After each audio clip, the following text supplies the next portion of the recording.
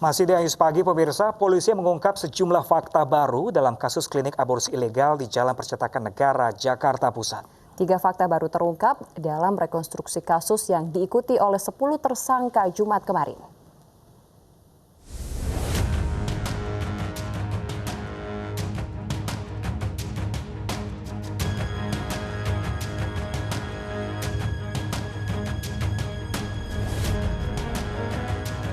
Polisi telah menetapkan 10 tersangka dalam praktik klinik aborsi ilegal di kawasan Percetakan Negara, Jakarta Pusat. Dalam satu hari, klinik ini biasa menerima 6 pasien yang menggugurkan kandungan. Beroperasi sejak 2017, pihak klinik telah menggugurkan 32.000 janin. Setelah rekonstruksi kasus praktik aborsi ilegal, terungkap 3 fakta baru, yaitu lokasi yang digunakan dalam praktik aborsi tidak memiliki izin dalam hal kesehatan. Fakta kedua, website yang digunakan klinik aborsi dibuat oleh oknum calo. Dan fakta terakhir, pembagian hasil aborsi bervariasi, namun calo yang paling diuntungkan karena meraup 50% keuntungan dari setiap aborsi. Di klinik aborsi ilegal ini, para penyedia jasa aborsi bekerja sama dengan calo pencari calon ibu yang akan menggugurkan janinnya. Mereka memanfaatkan teknologi menawarkan jasa aborsi ilegal melalui website. 4 peran tersangka ini kita juga klasterkan menjadi 4. Sudah saya jelaskan. Yang pertama, tersangka LA ini merupakan inisiator dan pemilik lokasi. Kemudian klaster kedua, perannya adalah tim medis, yaitu Dr. Deka dan dibantu oleh 2 asisten dokter lainnya. Dan yang ketiga, tim yang membantu mulai dari penjemputan, kasir, registrasi dan seterusnya. Dan peran terakhir adalah si ibu janin itu sendiri, tersangka RS. Atas perbuatannya, para tersangka terancam hukuman maksimal 10 tahun penjara dan denda maksimal 1 miliar rupiah. Dari Jakarta, Luis Ayu, Herdiansyah, dan Maria Oba, iNews melaporkan. Pemirsa, praktek aborsi ilegal di Jakarta tak pernah hilang. Hukuman terlalu ringan dianggap sebagai penyebab para pelaku tak pikir panjang. Desakan agar polisi menjerat para pelaku dengan pasal berlapis pun menguat agar memunculkan efek jerah.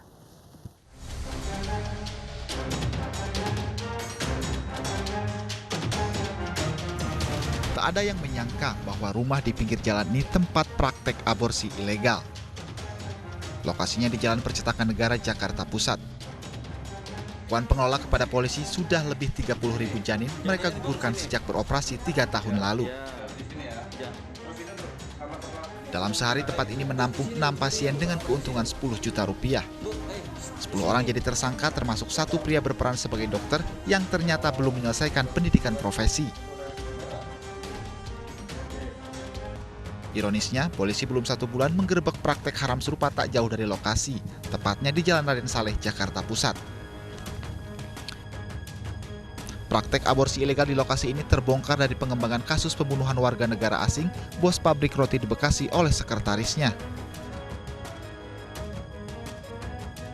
Sang sekretaris menggugurkan anak yang ia sebut hasil hubungan gelap dengan bosnya. 17 orang pengelola klinik pun masuk sel polisi. Komisi Perlindungan Anak Indonesia prihatin aborsi ilegal marak terjadi. Penegakan hukum berat patut diberikan kepada pelaku agar muncul efek jerah. Saya kira penegakan hukum untuk kasus-kasus ilegal aborsi itu menjadi hal yang sangat penting karena aborsi yang dilakukan secara ilegal tentu akan membahayakan bagi korban baik secara fisik maupun psikologis. Pengungkapan polisi di lokasi aborsi ilegal di Paseban, Jakarta Pusat Februari lalu. Salah satu tersangka justru pernah dipenjara 3 tahun karena kasus serupa. Polisi saat itu sangat geram dan menjeratnya dengan pasal berlapis. Kita akan lapis di sini pasal yang kita kenakan dengan ancaman 5 tahun setiap ini. Psikolog forensik Reja Indragiri menganggap penegakan hukum kerap diskriminatif terhadap pelaku pembunuhan terhadap anak sudah lahir dengan anak yang belum lahir. Berarti kita mengkhianati terhadap prinsip perlindungan anak itu sendiri. Karena itulah dalam sekian banyak kasus aborsi ilegal, dalam sekian banyak kasus pembunuhan terhadap anak-anak yang dilakukan secara terencana ketika anak-anak itu belum dilahirkan, kepada pihak kepolisian saya selalu merekomendasikan penggunaan pasal-pasal pembunuhan berencana. Menjerat pelaku aborsi ilegal dengan pasal pembunuhan berencana memang sulit lantaran kasus aborsi diatur khusus undang-undang. Tapi Reza Indragiri menganggap hukuman terlalu ringan, maka perlu direvisi agar pelaku benar-benar berpikir ulang karena negara melindungi semua anak entah sudah lahir atau masih dalam kandungan.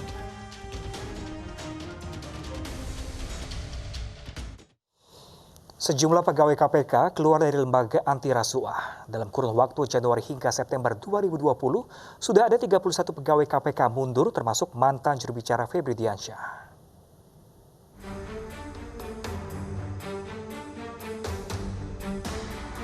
Salah satunya pegawai yang mundur dari KPK adalah mantan juru bicara KPK Febri Diansyah. KPK menyebut alasan pengunduran diri beragam. Pada intinya karena ingin mengembangkan karir di luar instansi. Meski begitu, KPK mendorong alumni KPK dapat menjadi agen anti korupsi berbekal pengalaman di KPK. Sejak Januari sampai dengan September 2020 ini tercatat 31 orang pegawai yang mengundurkan diri dari KPK.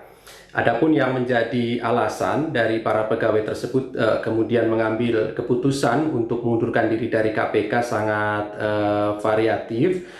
Di antaranya yang terbanyak adalah karena memang ingin mengembangkan karir di tempat yang lain. Oleh karena itu tentu KPK mendukung bagi para pegawai yang ingin mengembangkan karir di tempat lain tersebut, dan bahkan KPK mendorong para alumni KPK tersebut dapat menjadi agen anti korupsi di tempat yang baru. Kepala Biro Humas dan juga mantan juru bicara KPK Febri Diansyah mundur dari lembaga anti rasuah. Pengunduran ini sudah disampaikan kepada pimpinan KPK secara tertulis pada 18 September lalu. Febri mundur karena menilai kondisi politik dan hukum di KPK sudah berubah. Febri mengatakan tidak akan berhenti memperjuangkan anti korupsi di Indonesia meski sudah tidak bergabung dengan KPK. Dengan segala kecintaan saya terhadap KPK, saya pamit duluan dari KPK. Kondisi KPK memang sudah berubah, baik dari aspek regulasinya. Kita tahu bulan September 2020 ini kurang lebih 1 tahun setelah revisi Undang-Undang KPK disahkan di DPR. Saya ingat betul 17 September 2019 revisi Undang-Undang KPK disahkan. Tapi kami tidak langsung meninggalkan KPK pada saat itu. Kami bertahan di dalam dan berupaya untuk bisa berbuat sesuatu agar bisa tetap berkontribusi untuk pemberantasan korupsi. Febri Diansyah gabung bersama KPK setelah sebelumnya menjadi aktivis Indonesia Corruption Watch dan ditunjuk menjadi juru bicara KPK pada tahun 2016 lalu. Tim Liputan iNews melaporkan. Pendakwah kondang Ustadz Abdul Somad dijaga ketat aparat TNI dan Polri saat berdakwah di Bandar Lampung Jumat kemarin. Pengawalan ketat aparat terhadap Ustadz Abdul Somad untuk mencegah terjadinya kembali insiden penyerangan terhadap ulama seperti yang terjadi pada Syekh Ali Jaber.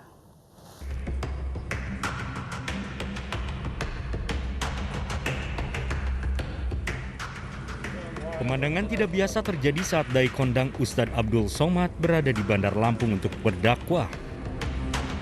Ustadz Abdul Somad dikawal sejumlah tentara saat tiba di Masjid Adwa Wai Halim, Bandar Lampung. Tidak hanya dalam perjalanan, saat memberikan tausiah di atas podium, Ustadz Abdul Somad dikelilingi anggota TNI dari awal ceramah hingga akhir. Demikian pula panitia berjaga-jaga di sekelilingnya. Seperti biasanya, ceramah Ustadz Abdul Somad selalu dipadati jemaah dari berbagai kota.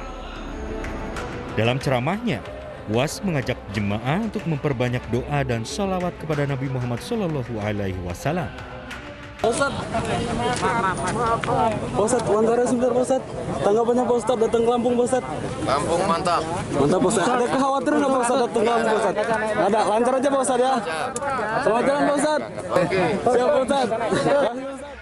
Pengawalan ketat terhadap ulama untuk mencegah insiden penyerangan yang dialami Syekh Ali Jaber saat berdakwah di Lampung beberapa waktu lalu. Dalam penyerangan ini, Syekh Ali Jaber menderita luka tusuk di lengan, sementara pelakunya sudah mendekam di dalam tahanan dan tengah menjalani proses hukum. Dari Bandar Lampung, Andres Afandi, iNews melaporkan. Pemirsa, Badan Meteorologi, Klimatologi, dan Geofisika Bandung menyebutkan potensi megatrust akan menyebabkan gelombang tsunami setinggi 20 meter di pesisir selatan Jawa. Ya, namun BMKG mengimbau masyarakat agar tidak cemas dan khawatir berlebihan dengan temuan ini.